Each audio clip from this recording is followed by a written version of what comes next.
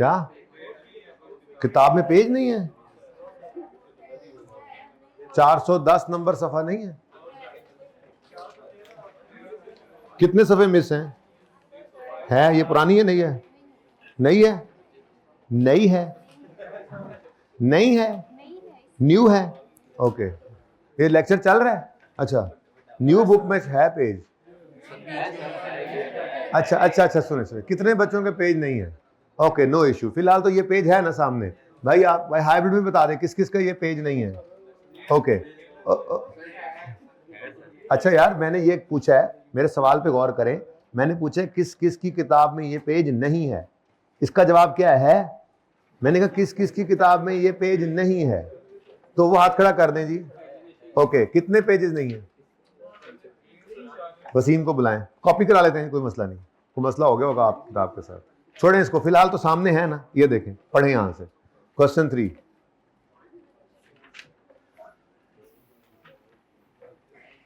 देख लो कितने, एक ही सफा नहीं है। 396 से, ठीक है। तसल्ली से देख लो, 7 वाले को देख लो, उसकी किताब में देख लो, ताकि तसल्ली हो जाए यही पेज है ना। फिर मैं सारे कॉपी कर दूं ना।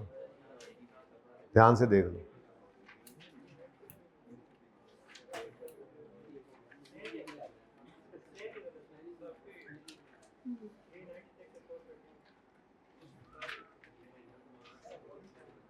ये पुरानी बुक तो नहीं है? एक ही बुक, एक ही तरह से बुक है, सबकी यादों की सही है, कुछ की नहीं है, कोई प्रिंटिंग का एरर है।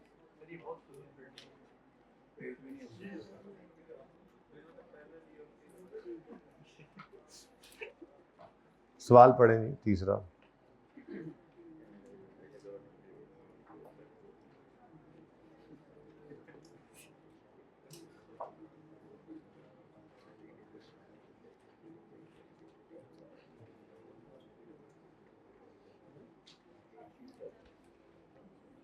मैं तो कहता हूं पहले चौथा ना पढ़ लें, पहले चौथा पढ़ें, क्योंकि चौथा वो है जो पहले हमने किया हुआ है ना काम। अदील लिमिटेड पढ़ो यार, जरा तसल्ली से ना एक बार ये पेजेस देख लो, ताकि मैं उनको कॉपी कह दूं, फिर वो हैंड आउट भी बना लें, ऑनलाइन वालों को भी वही दे दें। पता नहीं किस किस किताब में ये मसला हैं, तो थोड़े से बच्चे ही शायद कोई।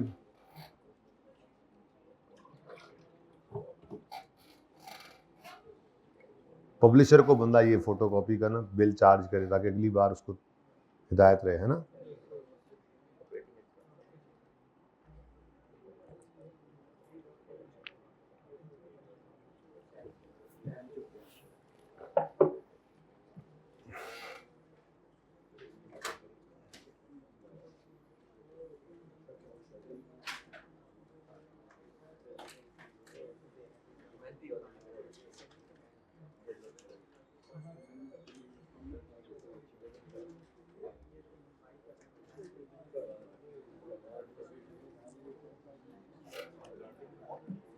भाई ये इस बच्चे से पेज नंबर्स पूछ लो। ये किताब का पेज नंबर 3,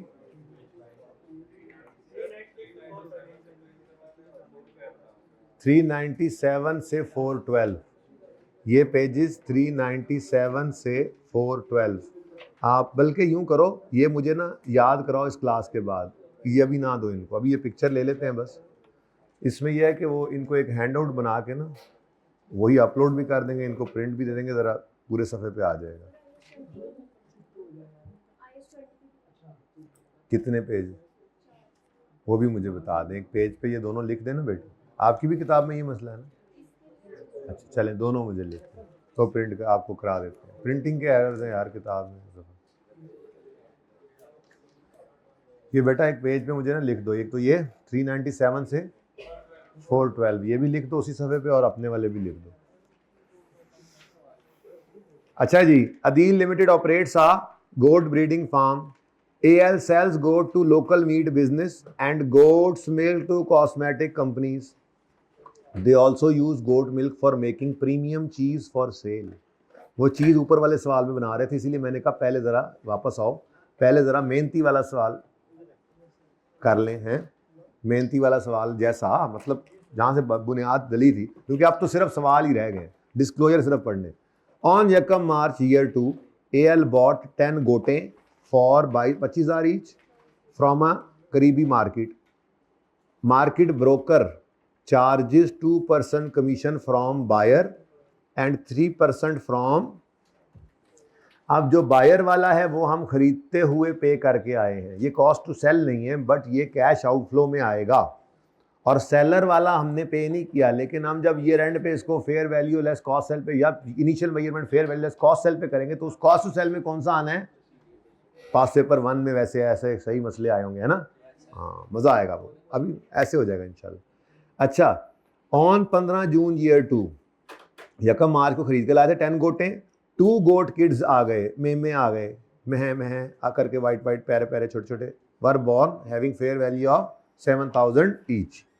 और फिर हमारा ईयर एंड हुआ 30 जून पे, the year end of AL। Each mature goat की अब फेयर वैल्यू 33,000 होगी और each goat kid has fair value of, journal entries कर दें जी, कर देंगे जी। हाँ, ये तरह रिपीट टेलीकास्ट मैंने पहले चलाई है, क्विकली हम वो करें जो हमने 2 दिन पहले किया था।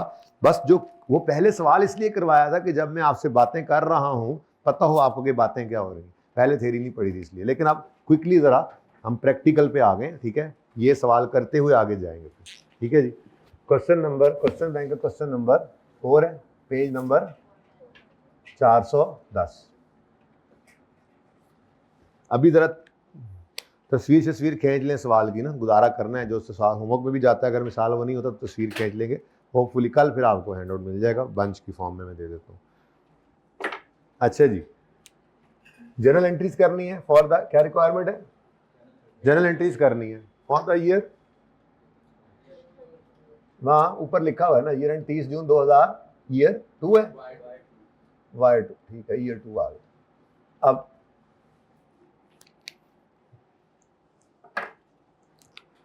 किस दिन हमने बकरियां खरीदी हैं? यकम मार्च 2000, बोलो, ईयर 2, बोलना मत। हाँ जी, एंट्री बायोलॉजिकल एसिड्स डेबिट, और इसको रखते किस पे हैं? Fair value less cost to sell पे, ठीक है? अब fair value less cost to sell यहां पे भी निकल सकती है, यहीं पे ना निकाल लें, जरा डायरेक्ट होना शुरू हो, ठीक है? चेक करो कि 10 गोट हैं 25,000 ईच की, ये जरा ध्यान से देख लें ना, जरा 1 मिनट ये ध्यान से देख लें कि 2% है बायर वाला और 3% है सेलर से चार्ज करते, तो 3% क्या है? Cost to cell.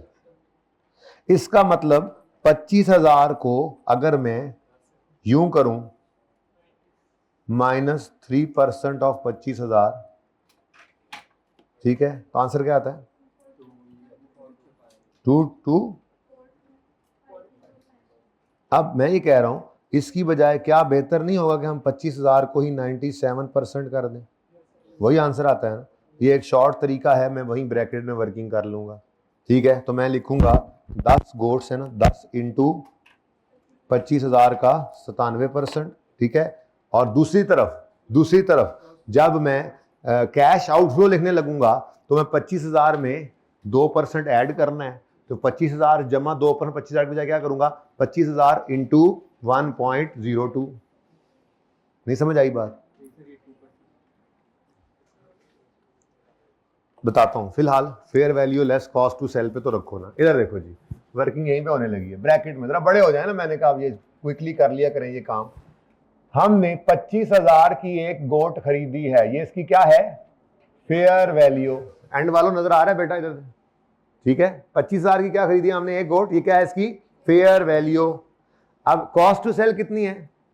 3%, तो fair value less cost to sell का मतलब मैं इसको 0.97 लिख दूं, ठीक है? अब वही आंसर आ गया जो आपने निकाला था 22 पता नहीं क्या, ये तो एक गोट की fair value less cost sell आ गई। हमने 10 गोटें खरीदी, 10 गोटें, बोलो गोटें, गोटें खरीदी, ठीक है, कितनी 1000 बताओ, 242, अच्छा बस रहने दो,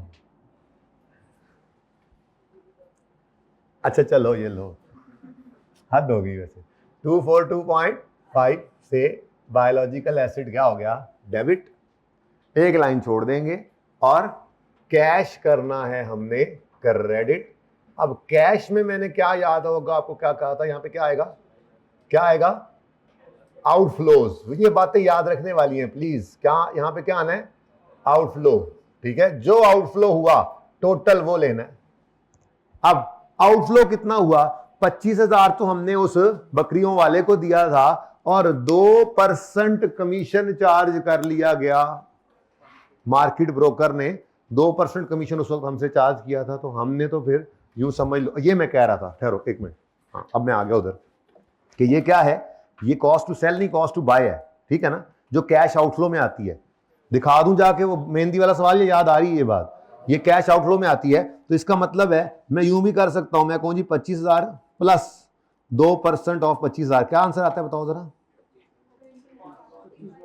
हैं, उन्हें फिर माइनस करता है, अच्छा 25,000, ठीक हो गया। इसी को मैं यूं लिख दूं 102%, तो यही 102% को हम लिखा करते हैं 1.02 करके, और तो कोई फर्क नहीं, ये कह रहा था, किसने पूछा था, सही है। अच्छा तो अब कैश आउटफ्लो, स्पीडें चेक करो जी, 25,000 का एक जानवर था, इसको 1.02 कर दिया, हमें इतने में पड़ा, जो हमने पे किया वहां पे मंडी में, ठीक है 25,000 बकरी वाले को दिया, 2% ब्रोकर को दिया तो ये हमारे इतना आउटफ्लो हो गया हमारे जेब से, एक बकरी नहीं खरीदी 10 बकरियां खरीदी, बोलो जी 250। अब मैंने कहा था अजीब स्टैंडर्ड है, पहले दिन ही हमसे लॉस बुक करा लेता है, तो पीएनएल के अंदर क्योंकि इनिशियल मेजरमेंट किस पे होनी है जी, fair value less cost to sell पे, ठीक है, तो 242.5 डेबिट साइड पे आ रहा है और बैलेंसिंग आ गया 12 पॉइंट, ठीक है जी, रुपीज इन थाउजेंड्स। पहली एंट्री हो गई, इसकी क्या नरेशन है जी, परचेज्ड बायोलॉजिकल एसिड्स, और उसको रिकॉर्ड इनिशियली चूज करते हैं fair value less cost sell पे, तो fair value less cost sell पे रिकॉर्ड किया, लेकिन कैश तो जेब से इतना गया है ना, तो फिर इसी वजह से यहां पे क्या आ गया, हमें पहले ही दिन लॉस, ठीक है जी। नेक्स्ट, अब आगे क्या होगा जी, बिल्कुल मेहनती जैसा सवाल है ना, इसीलिए मैंने पहले ये किया, क्योंकि वो जरा कल का दिन पूरा ही गुजर गया मेहनती का सवाल किए हुए, मेहनत किए हुए, दोबारा मेहनत थोड़ी सी करके चलते हैं आगे। नेक्स्ट, फिर क्या हुआ जी, ऑन 15 जून 2 मेमास वर बॉर्न, जिनकी फेयर वैल्यू कितनी है, फेयर वैल्यू है या fair value less cost to sell है, जब जब फेयर वैल्यू आएगी, यानी कोई चीज बेचने जाएंगे, ये पता लग गया मार्केट के अंदर ब्रोकर ने क्या लेना है 3%, इसका मतलब जब फेयर वैल्यू आनी है, तब कॉस्ट टू सेल आनी है ना, बेचने जाओगे तो किस दिन जी, 15 जून ईयर 2 पे, हाँ जी, बायोलॉजिकल एसिड, न्यू बॉर्न भी बायोलॉजिकल एसिड ही है, और इनको भी किस पे रिकॉर्ड करना है, स्टैंडर्ड का rule, fair value, initial measurement किस पे होती है, फेयर वैल्यू लेस। अब ये जो न्यू बॉर्न है, पैदा होते ही इनकी फेयर वैल्यू कितनी है पर मेमा, 7,000, लेकिन हमने फेयर वैल्यू पे नहीं रिकॉर्ड करना, fair value less cost to sell, cost to sell क्या है 3%, तो फेयर वैल्यू कॉस्ट सेल क्या बनी 97, समझ आ रही है इनको भी, पक्का जी, इनटू, अब ये एक मेमे की fair value less cost sell आ गई, और अल्लाह ने कितने दिए 2, हाँ जी 13.6, तो ये बैठे बिठाए देखो गेन हो गया, बैलेंसिंग 13.6, लो जी सही है।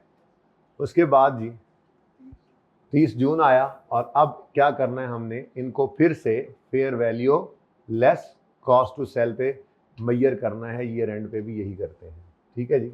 अब इसके लिए एक छोटू सी वर्किंग हमने सीखी थी, वही रिवाइज कर दूं तो बेहतर है, ये डायरेक्ट कर ले। अच्छा, कर डायरेक्ट भी सकते हैं, लेकिन मेरी राय ये है कि ये वाली वर्किंग हम हमेशा ऐसे ही कर लिया करेंगे। उसका फ़ायदा ये होगा कि आपको थोड़ा आइडिया होगा कि एक्सट्रैक्ट अगर बनाना, वो नोट अगर बनाना पड़ता है तो कैसे बनना है, ठीक है। तो मैं यहाँ पे 30 जून है ना year end, 30 June year and पर मैंने एक एंट्री करनी है, तो उसके लिए अब मैं वर्किंग कर लेता हूँ, ठीक है। अब वर्किंग 1 आई, ये इसकी हेडिंग मैंने बनाई थी गालिबन ईयर एंड गेन लॉस, ऐसे ही है, biological acids per year and gain loss. हमने इसको यूं रेकन्सिलिएशन की तरह से बनाया था। तो इस साल के शुरू में हमारे पास कोई बकरी नहीं थी, ऐसे ही है ना, तो उसने बताया नहीं। हालांकि वो तो यूं कह रहा था बकरियों को गोश्त के लिए रखते हैं, ब्रीडिंग के लिए रखते हैं, दूध बेच भी देते हैं, चीज़ भी बनाते हैं। इससे तो यूँ लग रहा था कि बकरियाँ पहले से हैं, लेकिन अब सवाल में नहीं है तो फिर क्या, ठीक है। अब एडिशन हुआ, एडिशन लिखा था, परचेज लिखा था कल, परचेज। तो परचेज के वक्त इनिशियल मेजरमेंट पे हमने fair value less cost to sell पे इनको रखा था, और वो क्या है जी 242 फिर क्या हुआ जी, न्यू बॉर्न इनको भी इनिशियली किससे मेजर किया है जी, फेयर वैल्यू लेस, ठीक हो गया जी। और उसके बाद क्लोजिंग एक लाइन छोड़कर, कल इंशाल्लाह क्लोजिंग पहले नहीं निकालेंगे, कल गेन पहले निकालेंगे, क्योंकि गेन हमने तोड़ना है कल इंशाल्लाह, प्राइस और फिजिकल चेंज प्राइस, और वो करेंगे इंशाल्लाह। बहुत आसान काम है, मुश्किल नहीं है, यही गेन टूटेगा, 2 हिस्से हो जाएगा, ठीक है। लेकिन आज अभी तक ऐसे ही चलने दें, फिर कल यहीं से फिर ट्रांजिशन कर लेंगे इसी फॉर्मेट से।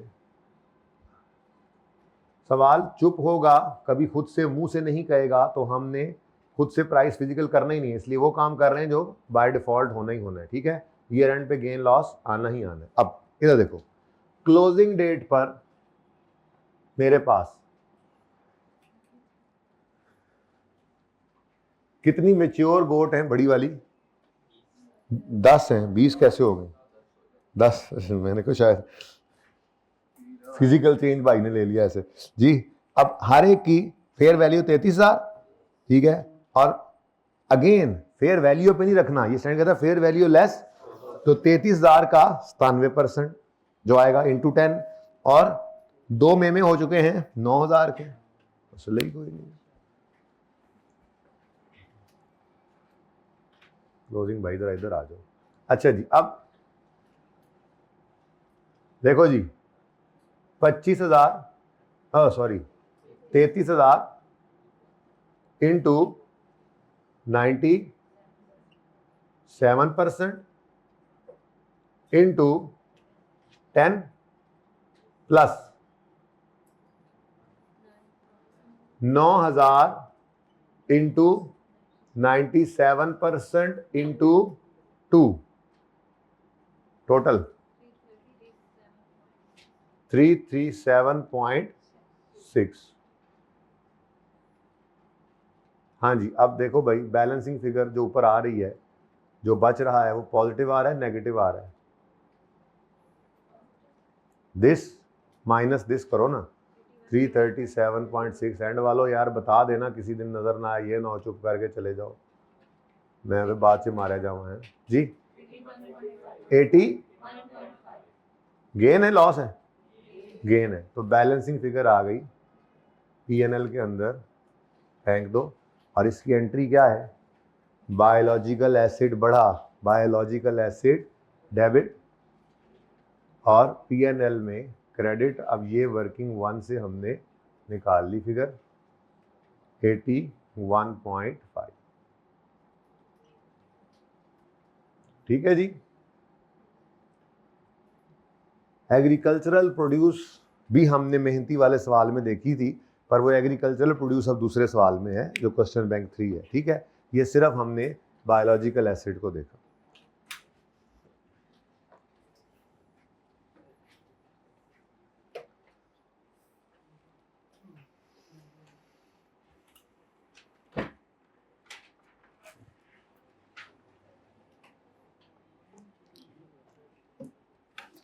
अच्छा वैसे अगर मैं एक्सट्रैक्ट्स बनाऊं इसके,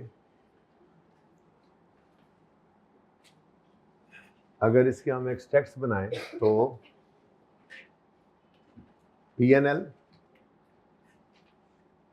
में फेयर वैल्यू गेन आएगा। अभी तो देखो जरा, फेयर वैल्यू गेन 13.6 भी है, क्यों नहीं नजर आ रहा? तो फिर लिखूंगा ना, तुम देख लो फिर। फजूल बात करते हो ना, तो लिखना तो ऐसे ही है ना, मैंने जब हटूंगा तो जगह बदल लो, उधर बैठ जाया करो, उधर बैठ जाया करो। बड़ी गल की थी, नजर नहीं आ रहा है, वही बात ना फिर। 13.6 का गेन पीएनएल में जाएगा और ईयर एंड का फेयर, ये भी फेयर वैल्यू गेन है, ठीक है।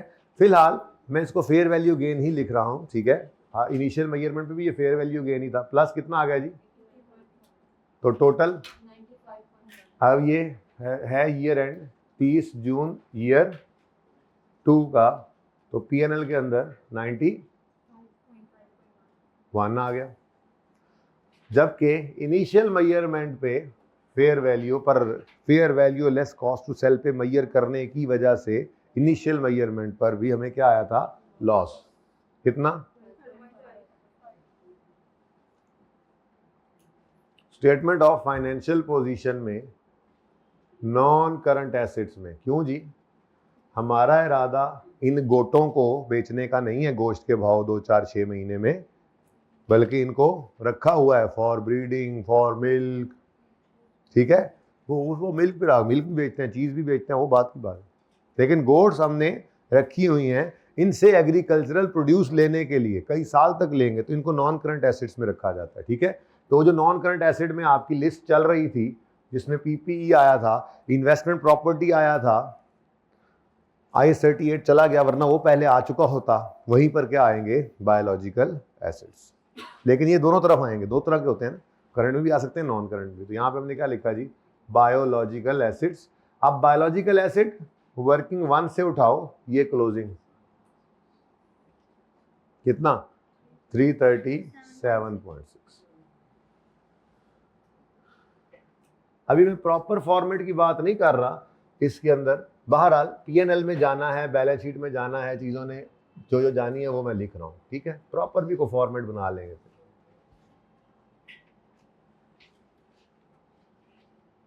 यार उसे मज़ा आ जाए, पूरा बिजनेस ही वो ये वाला आपको कहे पीएनएल बैलेंस शीट बना दो, ओए कभी ऐसा जी।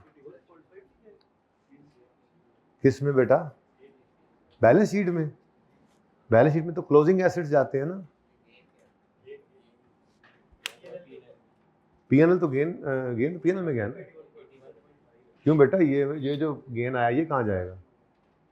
जो वो में आए थे वो भी तो अल्लाह के खजानों से आए थे ना। नहीं बेटा, वो इधर ऐड होके इसमें आया है ना, डबल एंट्री सिस्टम होता है ना। बायोलॉजिकल एसिड भी डेबिट हुआ है, पीएनएल भी क्रेडिट हुआ है। सिंगल एंट्री तो नहीं ना कर रहे हम, सिंगल एंट्री से चला गया, सिलेबस से ही निकल गया।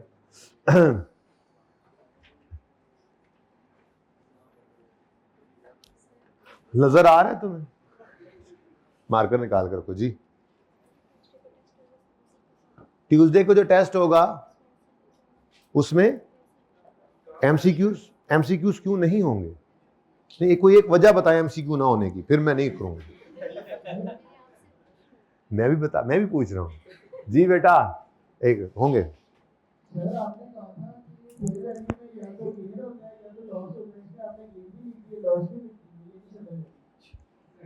फेयर वैल्यू पर या तो गेन होता है या लॉस होता है, सही है। तो गेन भी आ सकता है, लॉस भी आ सकता है। इनिशियल मेजरमेंट पे लॉस आया है, सब्सिक्वेंट मेजरमेंट पे गेन आया है, दोनों क्यों नहीं आ सकते? बेटा मैंने यहाँ पे नहीं, आपने कहा था कह के ना, एक बार तो तलवार निकालते हैं ना कि तुम जरा आओ ना जरा सामने, ठीक है, ठीक है, कटहरे में खड़ा कर लेते हैं। आपने कहा था भाई, मैंने रीवैल्यूएशन मॉडल के अंदर कहा था अगर एसेट रीवैल्यू करें तो उसी एसेट से रिलेटेड अगर कोई गेन नजर आ रहा हो, पहले वो अदर कंप्रिहेंसिव इनकम पड़ा होता है, तो उसको खत्म करके पीएनएल में लेके जाएं। यहाँ कोई ऐसी बात है ओसीआई की?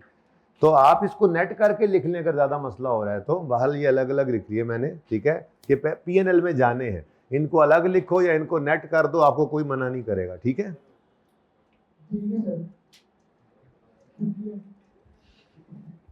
कटहरे में खड़ा करने का शुक्रिया।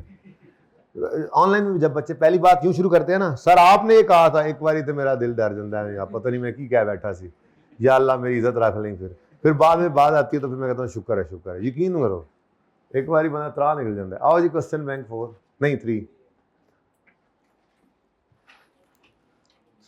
3 भी अच्छा है, लेकिन अच्छा है कुछ मेहनती है और कुछ मेहनती से आ गए। ये जरा ज्यादा मेहनती है काशिफ के, उन्होंने तो सिर्फ जो है वो वूल ली थी और फिर कहानी खत्म हो गई थी। इन्होंने दूध लिया भी है एग्रीकल्चर प्रोड्यूस और फिर उसको आगे प्रोसेस भी किया है, बेचा भी है और चीज भी बनाई है। ठीक है, पनीर चित्राल में जाना हुआ एक बार, हो पनीर वहां पे बनाते हैं वो लोग, हो चित्राल में। तुम लोग क्या पता स्वाबी वालों को पनीर क्या होता है, वो वाली नहीं गए तो जमात के साथ है, ये तो अल्लाह घुमा रहा है बस, वैसे नहीं जाता मैं। ससुराल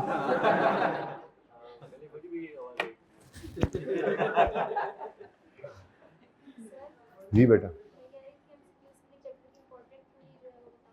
बेटा एमसीक्यूज के लिए कोई चीज वो ऐसी इंपॉर्टेंट नहीं छोड़ी मैंने जो ना पढ़ाई हो, बिल्कुल भी नहीं। मैंने आपको कुछ बताना, आप लोगों को जो इंपॉर्टेंट चीज थी ना वो मैंने खुद याद कराई है, उसके अलावा आपने कोई थ्योरी पढ़नी ही नहीं है।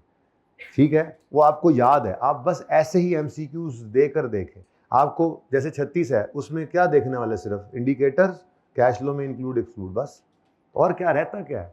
तो आप एमसीक्यूज दें तो सही, बाकी फिर फाइनल रिवीजन प्लान के अंदर मैं कुछ सफ़े डाल दिया करता हूँ थ्योरी के, लेकिन एमसीक्यूज का ताल्लुक ना थ्योरी से ना न्यूमेरिकल से, एमसीक्यू का ताल्लुक है टॉपिक की तैयारी से। अगर टॉपिक तैयार है आपका तो एमसीक्यूज कोई अभी तक रहे हैं आपके भाई। आप जब किताब के अंदर एमसीक्यूज मौजूद करते हैं, वो पास पेपर के भी होते हैं, आई क्वेश्चन बैंक का भी होते हैं, इकट्ठे ही पढ़े हैं, तो क्या आपको उन एमसीक्यूज में मसला आता है? तो फिर क्यों आएगा मसला आपको? हाँ, अब जब एमसीक्यूज में मरोड़ तोड़ में करता हूं तो वो तो किसी थ्योरी में नहीं लिखा होता। जो आपको एमसीक्यूज देखने को मिले, जैसे कल परसों एक देखा था, कंपनी चार्ज्ड, अब वो किसी थ्योरी में नहीं लिखा हुआ। ठीक है, वो तो सिर्फ बस वो मेरी मरोड़ तोड़ है, वो तो चलेगी। वो मेरी कोशिश होगी आप लोगों को चारों शाने चित करने की, और आपकी कोशिश होनी चाहिए मुझे जेर करने की टर्म टेस्ट के अंदर। ठीक है ना? अच्छा, वो अभी रहता है IAS 20 और शायद 36 का कोई एक दो पुराने वाला रिवीजन प्लान तो वही है मोस्टली, तो सवाल वही बिल्कुल कवर करते थे, लेकिन मैं फिर भी आपको आजकल में एक बार दोबारा भेज दूंगा। मोस्टली सवाल वही, उनको एक आधा बदल दूं अगर, तो सिर्फ उन टॉपिक्स में वो बदला हुआ सवाल कर लेना, बाकी तो आप रिवीजन चालू होगी आपकी। 16 कर लिया होगा आपने, 40 कर लिया होगा, 36 कर लिया होगा, 23 कर लिया होगा, अब रहता होगा आपका 20 और 41, तो इनका भी रिवीजन प्लान आ जाएगा संडे पे, आप कर लेंगे इंशाल्लाह। हंस क्यों रहे हैं आप लोग? टर्म टेस्ट को सीरियसली लें। आप भी, आपको हंसी आ रही है, फिर आपका पर्चे में हादसा निकल जाना है। ठीक है, तो उससे बेहतर है कि आप अभी इस हंसी को कंट्रोल करें और मेहनत करें। ठीक है, Kashif limited operates a goat breeding farm, वही सवाल, KL sells goat blah and blah and blah during the year. यहां से कहानी बदल रही है, ठीक है ना, ऊपर वाली लाइन उन्होंने सेम रखी हुई। कहता है during the year ended 30 June X Y2 KL got 980 litre of milk which had fair value और less cost to sell of 170 per litre on the goats were. अब ये 980 लीटर क्या है? नहीं है क्या? कहता फेयर वैल्यू है। 980 लीटर क्या है? एग्रीकल्चरल प्रोड्यूस है, और इसको हमने मैयर करना है at fair value less cost to sell, और फिर फौरी तौर पे दूसरी एंट्री करेंगे इन्वेंट्री बनाने वाली। ठीक है, ये तो हमें समझ आ गई बात। आगे बढ़ते हैं जी। नेक्स्ट 2 एंट्रियां मिल गई हमें। 900 लीटर इसमें से मिल्क की बिक चुकी हैं कॉस्मेटिक कंपनीज को फॉर, अच्छा 1 मिनट के लिए ना जरा, आपको यहाँ पे बाद में फिर मसला होना है, चलो जब होगा तब देखेंगे। अच्छा 900 लीटर 1,60,000 के हमने बेच दिए हैं, और रिमेनिंग 80 लीटर जो हैं उनको हमने चीज़ बना दिया, which was later sold for KL had to incur cost of इतने टू कन्वर्ट मिल्क इनटू। अब सबसे पहले जो आसान मार्क्स हैं वो तो फटाफट ले लें। ठीक है, वो सबसे पहले जो आपने एंट्री मेहनती में की थी वो वूल के लिए थी, ये मिल्क के लिए। ठीक है, एग्रीकल्चरल प्रोड्यूस की एंट्री, तो पहली एंट्री करेंगे आप एग्रीकल्चरल प्रोड्यूस डेबिट, और एग्रीकल्चरल प्रोड्यूस को भी at point of harvest at day of milking 170 रुपये का 1 लीटर है। मतलब ये agriculture at point of harvest इस एग्रीकल्चरल प्रोड्यूस की मिल्क की fair value less cost to sell नहीं दी। कॉस्ट सेल तो बस यही fair value less cost sell. सवाल में कॉस्ट सेल ना हो तो fair value less cost sell fair value एक ही होगी ना, फिर वही ले लेंगे बस चुप करके, ठीक है ना। खुद से तो नहीं अज्यूम करने शुरू कर देना ना। क्वेश्चन नंबर उस तरफ लिख लेंगे, क्वेश्चन नंबर इधर। For the year ended 30 June year 2 जी। अब किस दिन goats were milked during the year ही कह रहा है, ईयर एंड पे है। चलो 30 जून पे कर देते हैं। तो 30 जून 2000 ईयर 2 पे एंट्री एग्रीकल्चरल प्रोड्यूस डेबिट। मैं एग्री प्रोड्यूस लिख दूं जी सिर्फ एग्रीकल्चरल प्रोड्यूस। पर्चे में आपने पूरा लिखना, अगर एंट्रीज मांग ले तो बस कर दो ना यार। एग्रीकल्चरल प्रोड्यूस जिसका नाम भी लिख लेते हैं मिल्क डेबिट, और इसको fair value less cost to sell पे मेजर करते हैं। अपना रूल तो याद करते चलें स्टैंडर्ड वाला, fair value less cost to sell. अब fair value less cost to sell कितनी है 170 पर लीटर। उसने खुद ही बोला है विच हैड फेयर वैल्यू लेस। अच्छा खुद ही बोल दिया है, मुझे लगा शायद सिर्फ फेयर वैल्यू लिखी है। अगर सिर्फ फेयर वैल्यू लिखी हो और सवाल में कॉस्ट टू सेल ना हो तो फिर वही ले लेते, लेकिन यहाँ तो उसने लिखा हुआ है fair value less cost to sell on the day when goats were milk. कितनी है जी 170 रुपये पर लीटर ये। और कितने लीटर हैं 980 लीटर हैं। तो बताइए जी 166.6। अब इसी दिन ये क्या आया है गेन, अल्लाह के खजानों से ये नफ़ा आपको मिला जी 160। आज बकरी को ज़िबा कर दें और दूध की नहर निकलेगी वहाँ से, अल्लाह के खजानों से आता है। तो अल्लाह ने आपको ये कितनी नेमतें दी हुई हैं हमें। तो लो जी रुपीज़ इन थाउजेंड। अब recorded agricultural produce at point of harvest, इसकी नरेशन आ गई, ठीक है। साथ ही आपने दूसरी एंट्री फौरन कर देनी है इसी दिन। दूसरी एंट्री साथ ही आपने करनी है क्या, हाँ जी इन्वेंट्री। अब जो चिल्लर आपने लगाया हुआ है ना जी, जिसमें आपने दूध स्टोर करना है, क्योंकि ये तो पेरिशेबल आइटम है, ज़्यादा देर बाहर पड़ा तो ख़राब हो जाएगा। तो फौरी तौर पे आप, बल्कि अब तो फार्म्स के ऊपर वो मशीनें जो हैं कनेक्टेड ही चिल्लर के साथ होती हैं इतना मेंटेन रखने की कोशिश करते हैं वो। तो उधर जो है वो मशीनों से दूध निकाल रहे होते हैं गाय का, और वहीं से ही वो सीधा पाइप्स के ज़रिए चिल्लर में पहुंच रहा होता है, ठीक है ना। तो वो बहरहाल इन्वेंट्री कहाँ पे रखनी है, फ्रीज़र में दूध रखेंगे ख़राब ना हो जाए, ठीक है। तो इन्वेंट्री ऑफ मिल्क डेबिट करके एग्रीकल्चरल प्रोड्यूस ऑफ मिल्क क्या हो जाएगा। तो ये मिल्क कभी भी बैलेंस शीट में आपको एग्रीकल्चरल प्रोड्यूस नहीं नजर आएगी, ये इन्वेंट्री हो सकता है, क्योंकि एग्रीकल्चरल प्रोड्यूस सिर्फ एक लम्हे के लिए बनती है और उसके फौरन बाद वो इन्वेंट्री, ठीक है। तो बैलेंस शीट में कभी भी आपको किसी बैलेंस शीट में एग्रीकल्चर प्रोड्यूस नजर आए तो समझ जाओगे उसने IAS 41 सही से नहीं पढ़ा। उसकी बैलेंस शीट में अगर एग्रीकल्चर प्रोड्यूस आ गया तो हो ही नहीं सकता, क्योंकि जब तक वो अटैच्ड है विद बायोलॉजिकल एसिड तब तक तो वो खुद बायोलॉजिकल एसिड है। और पॉइंट ऑफ हार्वेस्ट पे एग्रीकल्चर प्रोड्यूस बनकर उसके फौरन बाद वो बाल्टी के अंदर इन्वेंट्री है, जाकर रख दो बस उसको फ्रिज के अंदर, ठीक है। तो एग्रीकल्चरल प्रोड्यूस 166 से क्रेडिट हो गया और इन्वेंट्री डेबिट। ले जी उसके बाद क्या करें जी, अब जनाब गाहकों का आना जाना नहीं, हम गाहक वो हम गाहकों को, हम वो परचून वाला काम नहीं कर रहे, हम थोक वाला काम करते हैं, ठीक है। ये देखो गाड़ी आई जी बाहर, वो ड्रम सा, वो कॉस्मेटिक कंपनी से, ठीक है। 900 लीटर उनको हमने इकट्ठा ही बेच दिया, ठीक है। अच्छा ये इकट्ठा साल के अंदर बेचा है, मतलब हर रोज आते होंगे, बेचा सिर्फ एक ही। नॉर्मल ऐसे ही वो बाल्टियाँ उठा के लोग इधर नहीं आते हमारे फार्म पे, बल्कि हम वो हर रोज कंपनी कॉस्मेटिक कंपनी गाड़ी आती है, वो मिल्क लेकर चली जाती है, एक ही गाहक है हमारा। तो पूरे साल में कितने लीटर बेचे हमने 900, ठीक है। अब ये सारी एंट्रीज 30 जून ईयर 2 पर ही कर रहा हूं मैं, क्योंकि डेट गिवन नहीं है, बस ठीक है, उसने सारे साल की एंट्रीज इकट्ठी कराई हैं, बस ठीक है, इकट्ठे कर रहे हैं। ओके, जैसे एंट्री सीखो बस, इसमें तो कोई मसला नहीं है, बाकी सवालों के अंदर देख लेंगे। अच्छा, अब 30 जून ईयर 2 पर ये डेट डालने की जरूरत भी नहीं थी, चलो खैर जी, एंट्री करो। कैश डेबिट, डेटर भी हो सकता था, cash debit sales credit, cash debit sales credit. अब उसने खुद ही बता दिया कि 900 लीटर बेचे कितने के, 100। अच्छा, लेकिन परपेचुअल सिस्टम वाली दूसरी एंट्री करना नहीं भूलिएगा। हाँ जी, तो दूसरी एंट्री क्या है, cost of sale debit inventory credit, cost of sales debit inventory of milk credit. अब यहां पे थोड़ा सा मसला है, देखो ना 900 लीटर्स हैं, लेकिन 900 लीटर बेचा कितने का है।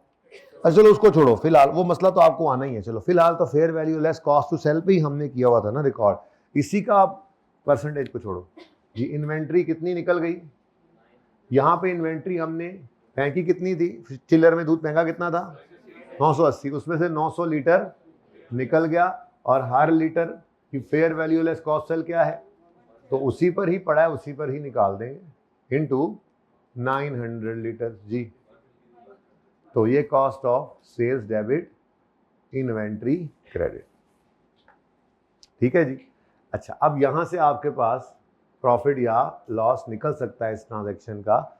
यानी असल में मैं आपको बताऊं, एक चीज आपको पूछनी चाहिए थी फौरन कैलकुलेटर मारते हुए, आपको पूछना चाहिए था कि हमारी fair value less cost to sell तो बनती है 1 लीटर की कितनी, 170। जरा चेक करो, ये जो उन्होंने 900 लीटर बेचे हैं 160 रुपए के, तो कितने का 1 लीटर बेचा है, 107 रुपए महंगा बेचा। क्यों, मर्जी हमारी। कंपनी ने आगे कहा, कॉस्मेटिक कंपनी ने, यार बाहर बकरी का दूध 170 का मिल रहा है, तो हमने कहा जाओ 900 लीटर भी बाहर से ही ले लो, फिर वो लूर फिर इकट्ठा करो, फिर 900 लीटर हमसे इकट्ठा मिल रहा है ना, हमारा यही रेट है, हमारी मर्जी की बात है जी, ठीक है, तो सही है ना, तो कोई मसला नहीं है, इससे परेशान नहीं होना। हाँ, इससे एक ये हो गया, नॉर्मली क्या होता है, नॉर्मली आपको जो गेन यहाँ पर आ गया है, नॉर्मली वही गेन ही होता है बस। मसलन अगर यही दूध हम वो बाल्टियों वाले भैया आते और उनको बेच रहे होते, तो यहाँ पर एंट्री क्या होती, यहाँ पर एंट्री होती, मसलन ये इन्वेंट्री बन गई ना, अब अगली एंट्री होती कैश डेबिट से सारे, अगर हम सारा 980 लीटर बेच देते यही लोकली लोगों को जो आ रहे हैं, तो 170 के हिसाब से लेके जाते रहेंगे, तो एंट्री होती cash debit sale credit 166, cost of sale debit inventory credit 166। यानी जो गेन आना था वो यहाँ पे आ गया होता, फिर बेचने के वक्त दोबारा मजीद गेन ना आता। ये बात समझ आई है। अच्छा, लेकिन यहाँ पर हमने महंगा बेच लिया, कोई मसला नहीं है, हमने 153 वाली चीज को 160 का बेच लिया, बस ठीक है, कोई मसला नहीं, हमारी मर्जी, हमारा हाथ पड़ता था, हमने कर लिया। ये सस्ता भी हो सकता था, थोड़ा सा लॉस भी आ सकता था, खैर चले छोड़े इसको। ये बात समझ आई है, नहीं समझ आई? मैं ये कह रहा हूं कि मसलन हमारे पास इन्वेंट्री डेबिट एग्रीकल्चरल प्रोड्यूस हमने क्रेडिट किया जी 166.6 से, ये 980 लीटर है। ये 980 लीटर अब अगर मैं बेचता मसलन 170 के हिसाब से, तो फिर क्या एंट्री होती, कैश डेबिट सेल्स क्रेडिट कितने से, यही, और साथ ही दूसरी एंट्री क्या होती, कॉस्ट ऑफ सेल डेबिट इतने से ही। तो इसका मतलब क्या हुआ, मतलब ये सेल और ये कॉस्ट ऑफ सेल, तो मजीद कोई गेन नहीं। तो गेन क्यों नहीं बुक हुआ, क्योंकि गेन सारा हमने यहाँ पे एक दफा बुक कर लिया था, एग्रीकल्चरल प्रोड्यूस डेबिट, तो ये गेन ही तो था भाई, इकट्ठा ही बुक हुआ पड़ा ये। तो असल में तो ये होता है नॉर्मली, लेकिन इस केस के अंदर कोई मसला नहीं, हमने ये fair value less cost sell से थोड़ा सा ऊपर बेच लिया, 170 का हमें पड़ा था, समझो 177 का बेच लिया, तो फिर हमें थोड़ा सा गेन और आ गया। वरना सिर्फ ये भी हुआ करता है, ये भी हुआ करता है कि ये एंट्री से कोई गेन लॉस निकलता नहीं। उसकी वजह क्या है, गेन जो होता है वो यहाँ पे बुक कर लेते हैं, और वही इन्वेंट्री में पड़ा होता है और साथ साथ ही बंदे लेके जा रहे हैं, तो 170 आज अगर उसकी वैल्यू है तो 170 का ही लेके जाएंगे ना वो दूध का किलो। तो गेन पड़ा तो है, पीएनएल में ही गया ये गेन पीएनएल में ही गया, वो 166 सारे ही गेन था। ओके, लेकिन ऐसा नहीं हुआ, बल्कि ऐसा हो गया। कोई मसला नहीं, यहां तक को मसला है तो पूछ लो मजीद। अब चले आगे। अच्छा जी, फिर जी वो कहता है कि 900 लीटर तो बेच दिया हमने, 80 लीटर को हमने कन्वर्ट करके चीज बनाया है जो बाद में बिकी है। पहले बना तो लें यार, फिर बेच भी लेते हैं। देखो भाई,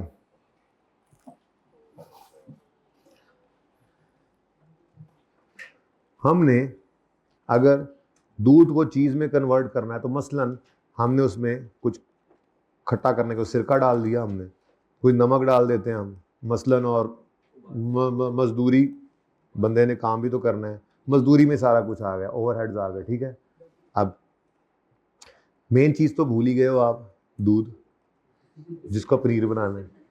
अच्छा अब सुनो, ये जो खर्चे है ना जी, खर्चे टोटल मिल मिलाकर, ये टोटल मिल मिलाकर 5,000 रुपया हमारा खर्चा आना है, ठीक है। और हमने 80 लीटर दूध जो है 170 वाला कितना बनता है, 13,000। तो ये हमारा जनाब चीज़ पे टोटल खर्चा है। 13,600 का दूध हम खर्च करेंगे और मजीद उस पर, ठीक है। अब ये बात समझ आई है, चीज़ बनेगी कितने में, 13,600 का दूध प्लस 5,000, टोटल 18,600 में ये तैयार होगी और फिर 24,000 की बिकेगी। अब इसको तैयार करने की एंट्री जरा मुझे कोशिश करके करा दो, ऐसे अंदाजा लगाओ। एक्सपेंस डेबिट कैश क्रेडिट नहीं, इन्वेंट्री बना रहे हैं, एक्सपेंस नहीं, हम एसेट बना रहे हैं, चीज हमारा एसेट है, इन्वेंट्री ऑफ चीज, फिर वो बिकेगी तो कॉस्ट ऑफ सेल में एक्सपेंस तब बनेगी। ये बात समझ आई। अब स्टेप बाय स्टेप चलते हैं, स्टेप बाय स्टेप। सबसे पहले आपने चिलर से दूध निकाला तो एंट्री क्या किया आपने, इन्वेंट्री ऑफ मिल्क क्रेडिट। फिर आपने जेब से कैश निकाला और कहा छोटे जाना था सिरका नमक, और छोटे तुम्हारे पैसे भी हैं कुछ, ठीक है।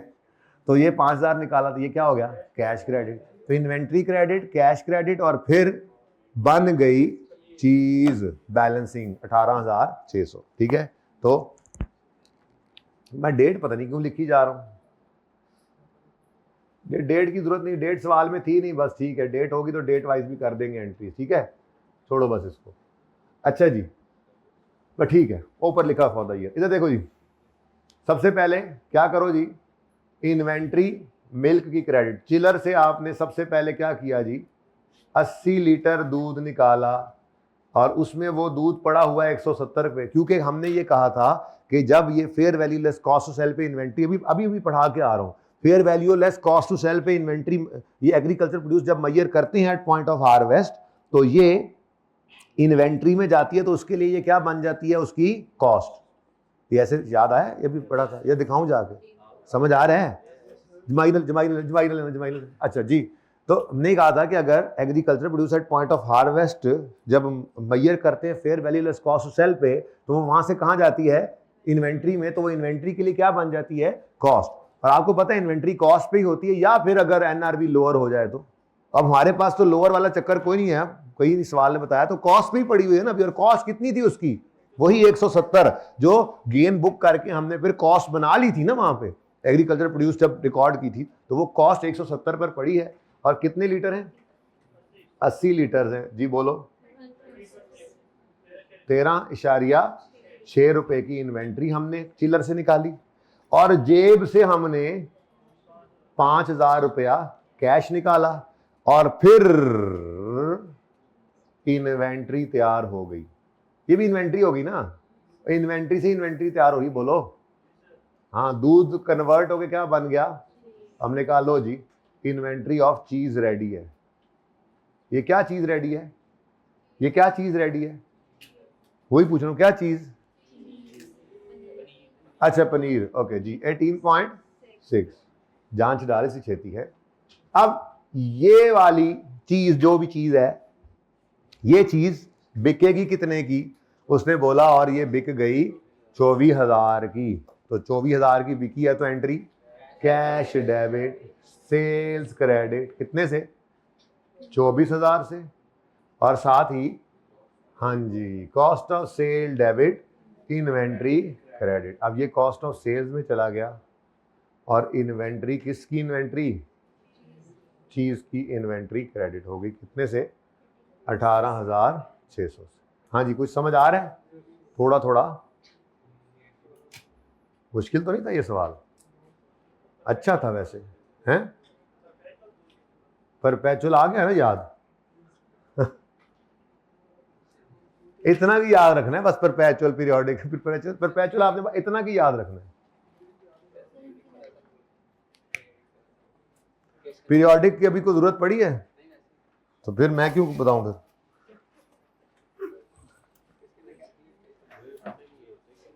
हाँ तुम बताऊंगा फाइनल अकाउंट्स में इंशाल्लाह, जा रिवाइज करेंगे इंशाल्लाह थोड़ा सा जितना को मुझे ज़रूरत है। एंट्रीज भी करेंगे, लेजर बनाएंगे, ट्रायल तक पहुंचाएंगे, फिर बस रिवाइज हो जाएगा। जी बेटा कौन सी गेन वाली बेटा? हाँ गेन की एंट्री थोड़ी करेंगे, इसको सेल में बुक करेंगे, इसको कॉस्ट ऑफ सेल में खुद ब खुद जीपी में आ गया। जीपी क्या होता है? ग्रॉस प्रॉफिट, गेन आ गया ना, ऐसे ही रिकॉर्ड होता है गेन। नरेशन सुनना जी, नरेशन सुन लेना जी, नरेशन सुन लेना। Recorded agricultural produce at point of harvest, फिर recorded inventory, sales recorded, sale of milk recorded, फिर cost of sale of milk recorded, फिर चीज प्रोड्यूस्ड ये लिख लो, या इन्वेंट्री ऑफ चीज रिकॉर्डेड, अपनी मर्जी, फिर सेल और फिर कॉस्ट। नरेशन वही होती है बेटा, ठीक है। वैसे वो मुझे नहीं याद पड़ता कि कभी उसने नरेशन करवाई हो, अब नॉर्मली वो ये लिख देता है कुछ करीब करीब जो अरसे से चल रहा है, नरेशंस आर नॉट रिक्वायर्ड, ठीक है। अच्छा जी अब दिल आपका कर रहा होगा इसके भी एक्सट्रैक्ट्स देख लें आप लोग मेरे बड़े तेज हैं क्या?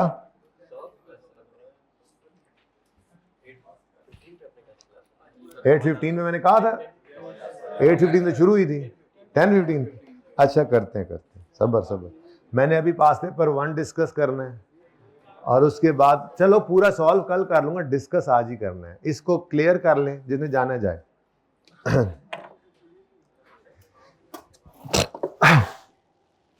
पहले रोक लीजिए।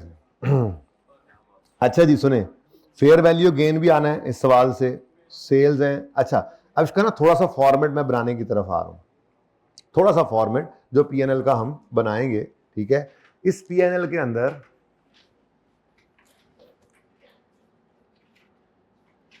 फेयर वैल्यू गेन आया करता है, ठीक है। फेयर वैल्यू गेन कितना है जी, जरा चेक करें तो, एक ये है बस, कितना है?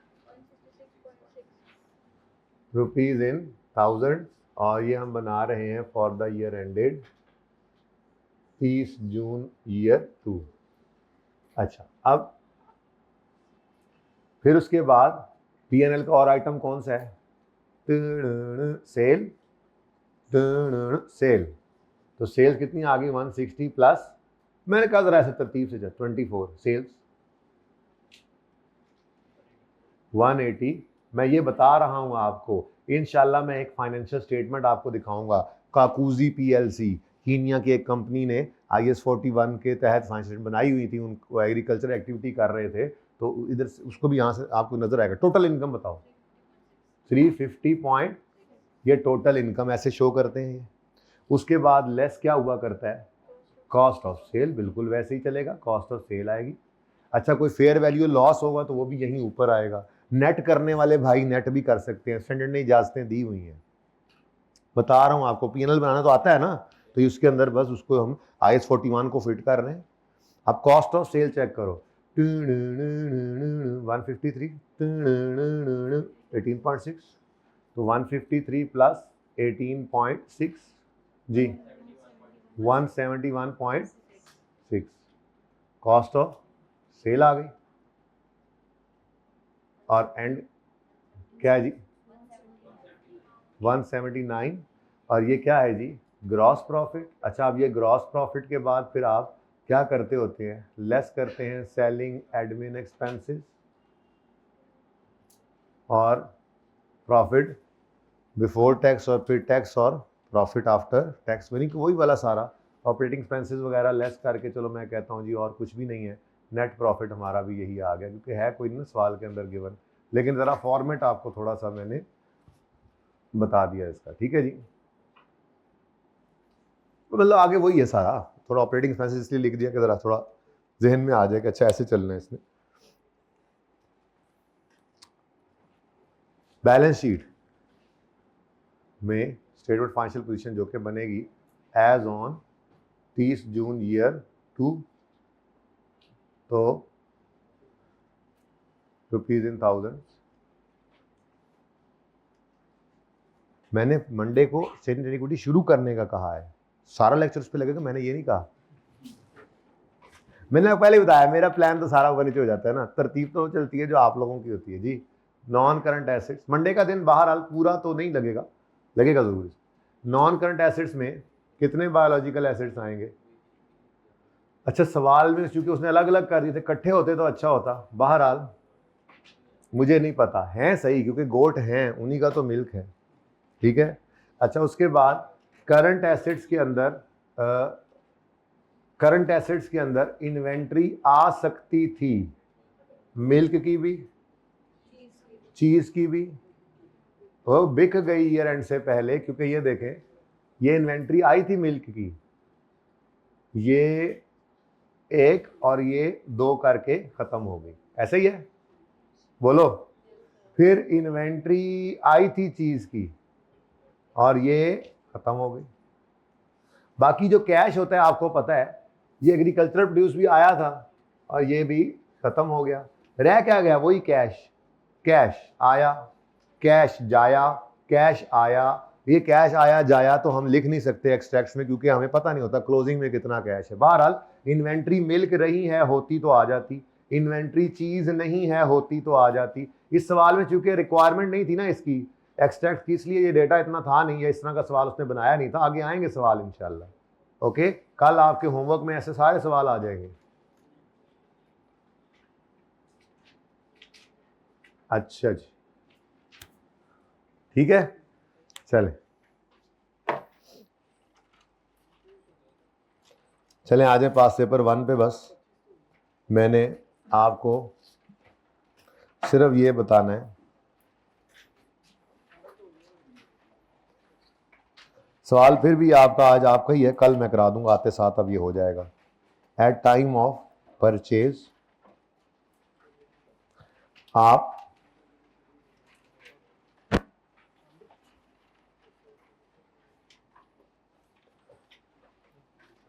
कोई कमीशन पे करें, आप कोई ट्रांसफर, देखो टाइम ऑफ परचेज का मतलब है आप बायर हैं, खरीदने जाएं तो आपको पे करना पड़ सकता है ना, कमीशन आपको पे करना पड़ सकता है ना, ट्रांसफर फी वगैरह, ट्रांसफर टैक्सेस वगैरह, बोलो।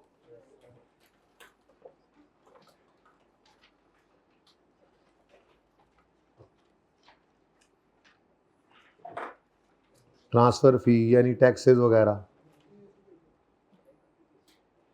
आपको पे करना पड़ सकता है, ट्रांसपोर्टेशन, एम आई राइट? ये सारी चीजें आपकी, आपके खर्चे हो सकते हैं एट टाइम ऑफ परचेज, बोलो।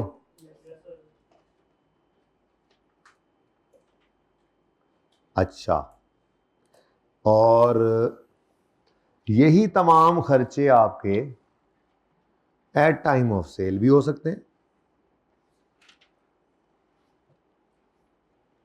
इधर एट टाइम ऑफ सेल भी हो सकते हैं, ठीक है जी। अब सवाल को तो हम बाद में पढ़ते हैं, पहले कुछ चीजें डिसाइड कर लें।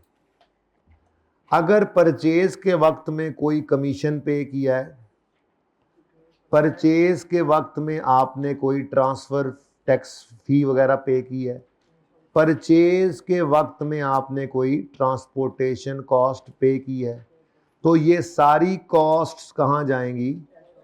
कैश और आउटफ्लो में ऐसा ही है आपकी। तो ये मैं लिख देता हूं, ये परचेज की जर्नल एंट्री में, परचेज की जर्नल एंट्री में इन्हें